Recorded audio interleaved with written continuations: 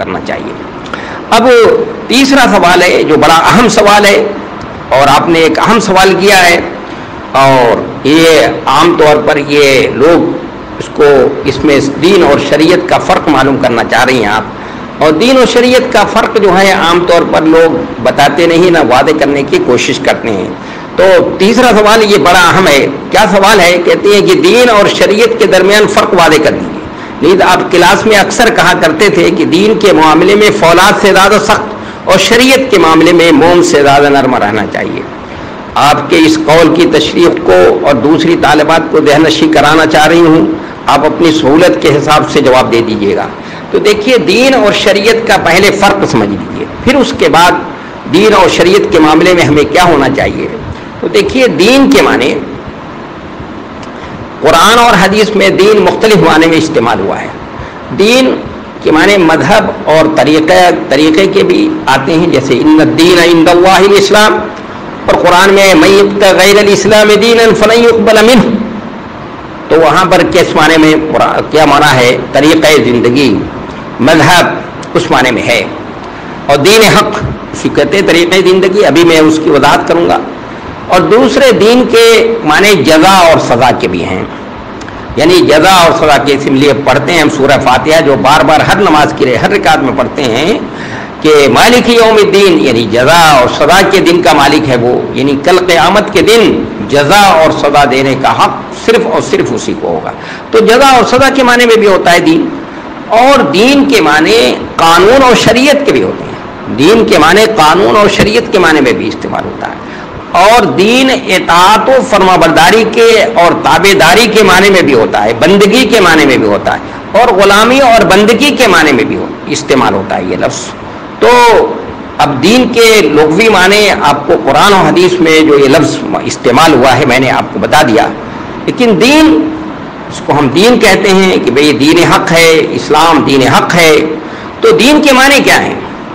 دین کے معنی ہے وہ طریقہ زندگی جس میں اللہ کی بندگی کی جائے، اللہ کی اطاعت و فرما برداری کی جائے، اللہ کی تابع داری کی جائے، اور کسی اور کی تابع داری نہ کی جائے، جس میں اللہ ہی کو کل قیامت کے دن کا مالک اور حاکم سمجھا جائے کہ وہی جزا اور سزا دے گا، اور وہی جزا اور سزا دینے کا مستحق ہے، اس کو یہ تسلیم کیا جائے، اور یہ اس میں یہ بھی تسلیم کی جائے کہ اس کائنات کا خالق اور مالک وہی ہے۔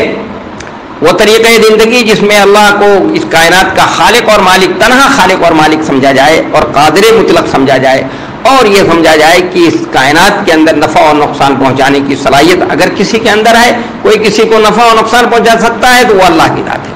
تو وہ طریقہ زندگی، دین سے دین حق سے مراد کیا ہے؟ وہ طریقہ زندگی جس میں اللہ کی تابع داری کی جائے، اللہ کی اطاعت و فرما برداری کی جائے، اللہ کے قانون اور شریعت کو کیا کیا جائے؟ تسلیم کیا جائے، اس کے قانون کے مطابق زندگی بسر کی جائے، یعنی وہ طریقہ زندگی جس میں اللہ کو حاکم اور قادر مطلق تسلیم کیا جائے، اسی کو کل قیامت کے دن کا مالک اور حاکم سمجھا جائے، اور یہ سمجھا جائے وہی جزا اور سزا دینے کا مستحق ہے، وہی جزا اور سزا دے سکتا ہے، اور نفع و نقصان پہنچانے والی ذات وہی اللہ کی ہے۔ اس طریقے زندگی کا نام دین ہے۔ تو میں سمجھتا ہوں کہ دین سمجھ گئی آپ۔ اور شریعت، دین سارے انبیاء کا ایک تھا، اس لیے جتنے بھی انبیاء کرام آئے ہیں سب نے ایک ہی دین کی، دین اسلام کی دعوت دی ہے، اس لیے سب نے کہا قولوا لا الہ الا اللہ تفلحوا، کہ لا الہ الا اللہ کہہ دو، یعنی اس کائنات کا خالق اور مالک، اس کائنات کا معبود حقیقی، معبود برحق کون ہے؟ اللہ ہی ہے۔ یعنی اس طریقہ زندگی کی دعوت دی ہے انہوں نے جس میں اللہ کو قادر مطلق تسلیم کیا جائے، اللہ کو حاکم اور قادر مطلق تسلیم کیا جائے، اسی کی تابع داری کی جائے، اسی کے اطاعت و فرما برداری کی جائے، اسی کے قانون اور شریعت کو جو ہے کہ کے مطابق عمل کیا جائے، اور یہ سمجھا جائے کہ وہی کل قیامت کے دن جزا اور سزا جو ہے وہی کل قیامت کے دن دے گا۔ یہ اس طریقے زندگی کی ہی دعوت تمام انبیاء کرام نے دی ہے۔ ہاں البتہ ان کی شریعتیں الگ الگ تھیں جس کی میں ابھی وضاحت کروں گا۔ اس لیے نبی علیہ الصلوۃ والسلام نے فرمایا نحن الانبیاء اخوان اللہ، کہ اللہتی بھائی ہم لوگ ہیں، ہم انبیاء کرام جو ہیں اللہتی بھائی ہیں، یعنی ہم بھائی ہیں لاتی قسم کے بات ہیں کہ باپ سب کے ایک ہیں، مائیں سب کی جو ہیں الگ الگ ہیں، یعنی سب کا دین ایک ہی تھا، سب نے دین حق کی، اس دین کی جس دین کی ابھی وضاحت میں نے کی اسی دین کی دعوت دی ہے، لیکن شریعتیں سب کے الگ ہوتی ہیں۔ شریعت کے معنی کیا ہوتے ہیں؟ شریعت کے معنی آتے ہیں، اس کے معنی بھی طریقہ، شریعت کے معنی طریقہ، یعنی شریعت اس کو کہتے ہیں جو دین نام ہے اللہ کی بندگی کا، اس کی اطاعت و فرما برداری کا۔ تو اب اللہ کی بندگی اور اس کی اطاعت و فرما برداری کیسے کی جائے گی؟ تو اس اللہ کی اطاعت و فرما برداری کا طریقہ کیا ہوگا؟ اس کو شریعت کہتے ہیں۔ اللہ کی بندگی کیسے کی جائے گی؟ اللہ کی اطاعت و فرما برداری کیسے کی جائے گی؟ اللہ کی تابع داری کیسے کی جائے گی؟ اس کے تابع داری کا طریقہ کیا ہوگا؟ اس کی عبادت کا طریقہ کیا ہوگا؟ اس کی بندگی کا طریقہ کیا ہوگا؟ تو یہ اللہ تبارک و تعالیٰ نے اپنے انبیاء کرام کے ذریعے سے اپنی اطاعت و فرما برداری کا، اپنے تابع داری کا طریقہ بتایا ہے۔ اللہ تبارک و تعالیٰ نے جو کچھ بھی انبیاء کرام کو بتایا ہے، وہ انبیاء کرام نے اپنی اپنی امتوں کو اپنے وقت میں اپنے مطابق انہوں نے بتایا ہے۔ تو اس لیے سب کے یہاں سب کی شریعتیں الگ الگ تھیں۔ یہ حضرت موسیٰ علیہ السلام کی شریعت الگ ہے، اور حضرت ابراہیم علیہ السلام کی جو شریعت تھی وہ الگ تھی، حضرت نوح علیہ السلام کی شریعت الگ ہے، سب کے نبی علیہ السلام کی جو شریعت جو دی گئی وہ شریعت مکمل شریعت ہے، اور وہ آخری شریعت ہے، اور وہ ساری دنیا والوں کے لیے ہے، اور قیامت تک کے انسانوں کے لیے ہے۔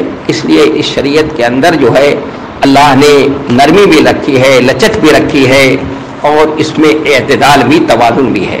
تو شریعت اس کو کہتے ہیں کہ یعنی وہ طریقہ، اس طریقے کے ذریعے سے اللہ کی بندگی اور اس کی تابع داری اور اس کے قانون کے مطابق زندگی گزاری جا سکے، اسی طریقے زندگی وہ طریقہ جو ہے، وہ طریقہ جو جس طریقے سے اللہ کی بندگی کی جائے، تو اللہ نے اپنے دور میں جو اللہ کے نبی تھے، فرستادہ نبی تھے، وہ اللہ نے اپنے دور کے نبیوں کو طریقے اپنی بندگی کا طریقہ ان کو سکھایا ہے کہ میری بندگی اس طریقے سے، کیونکہ بندہ خود وہ اس طریقے کو نہیں معلوم کر سکتا براہ راست، اس لیے رسالت کی ضرورت تھی۔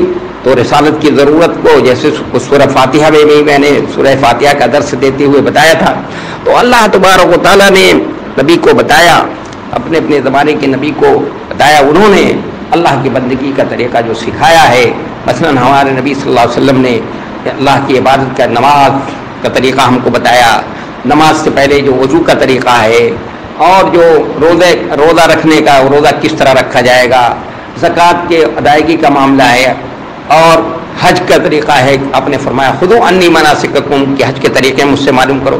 یعنی جو بھی اللہ کی بندگی کا طریقہ ہے، جو اللہ کی اطاعت و فرمانبرداری کے جتنے بھی طریقے ہیں، سب اللہ کے رسول صلی اللہ علیہ وسلم نے سب کی وضاحت کر دی۔ تو یہ جو طریقہ ہے اس کے اللہ کی بندگی کا، اس کے تابع داری کا جو بھی طریقہ ہوگا، اس کو کیا کہتے ہیں؟ شریعت۔ تو دین الگ چیز ہے اور شریعت الگ چیز ہے۔ تو دین یہ نام ہے کس کا؟ دین جو اصول کا نام ہے، عقائد کا نام ہے۔ جیسے اسلام کی بنیاد 5 چیزوں پر ہے، تو پہلے نمبر پہ کیا ہے؟ شہادت اللہ الہ الا اللہ وان محمد رسول اللہ، یہ ہے دین۔ عقائد اصولی باتیں، یعنی جو ہر چیز کی بیس ہے، اور عبادات کی بھی بیس ہے، اور عقیدے کی بھی بیس ہے۔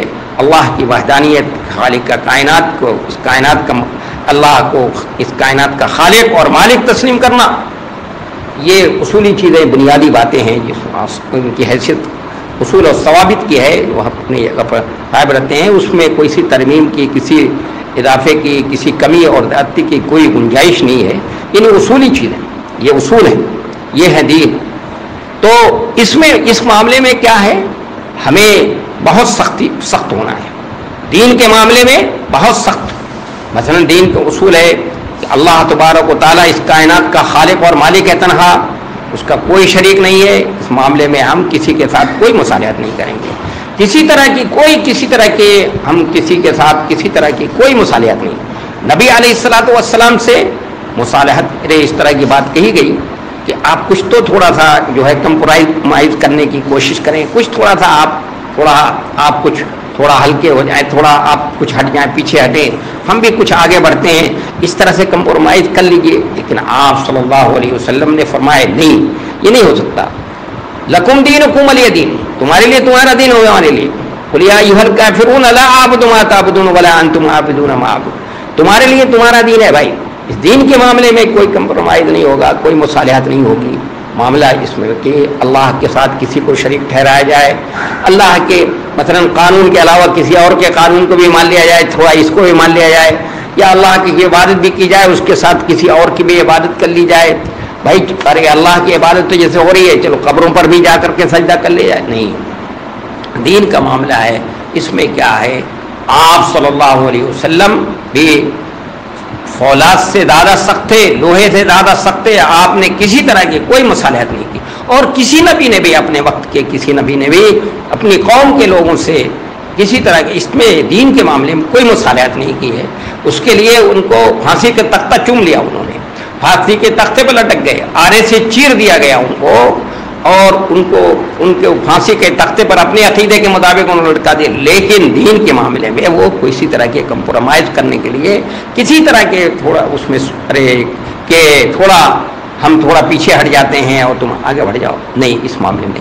لیکن آج ہم لوگوں کا معاملہ کیا ہے کہ آج ہم دین کے معاملے میں تو بہت نرم ہو گئے کہ چلو ٹھیک ہے، چلو قبروں پر بھی جا کر کے سجدہ کر لو، قبروں پر بھی مانگ لو، ان کو بھی مان لو، منا لو، اور اللہ کو بھی، اللہ کے سامنے بھی سجدہ کر لو، عبادت کر لو. اس میں کوئی دین میں کوئی فرق نہیں پڑتا ہے. ہم یہ سمجھتے ہیں دین کے معاملے میں بالکل کیا ہے، ہم بہت نرم ہو گئے، دین کے معاملے میں بہت نرم ہو گئے. لیکن شریعت کا معاملہ ہے، یعنی جو اللہ کی بندگی کا طریقہ ہے، کہ مثلا نماز ہے، نماز ظاہر ہے، یا بنی آدم خذوا زینتکم عند کل مسجد، اس طرح زینت کے ساتھ، یعنی پانچوں کپڑے پہن کر، کپڑے بھی پورے پہنے ہو، ٹوپی لگائے ہو، سماج میں یہ ہے. لیکن ایک شخص ہے اس کے پاس ٹوپی نہیں ہے، مثال کے طور پر اگر بغیر ٹوپی کی نماز پڑھ لے، تو آج ہمارے بھائی بہت سے ایسے بھائی ہیں جو اگر ان کی مسجد میں بغیر ٹوپی کی نماز پڑھ لی تو ماریں گے، دوڑا کر ماریں گے.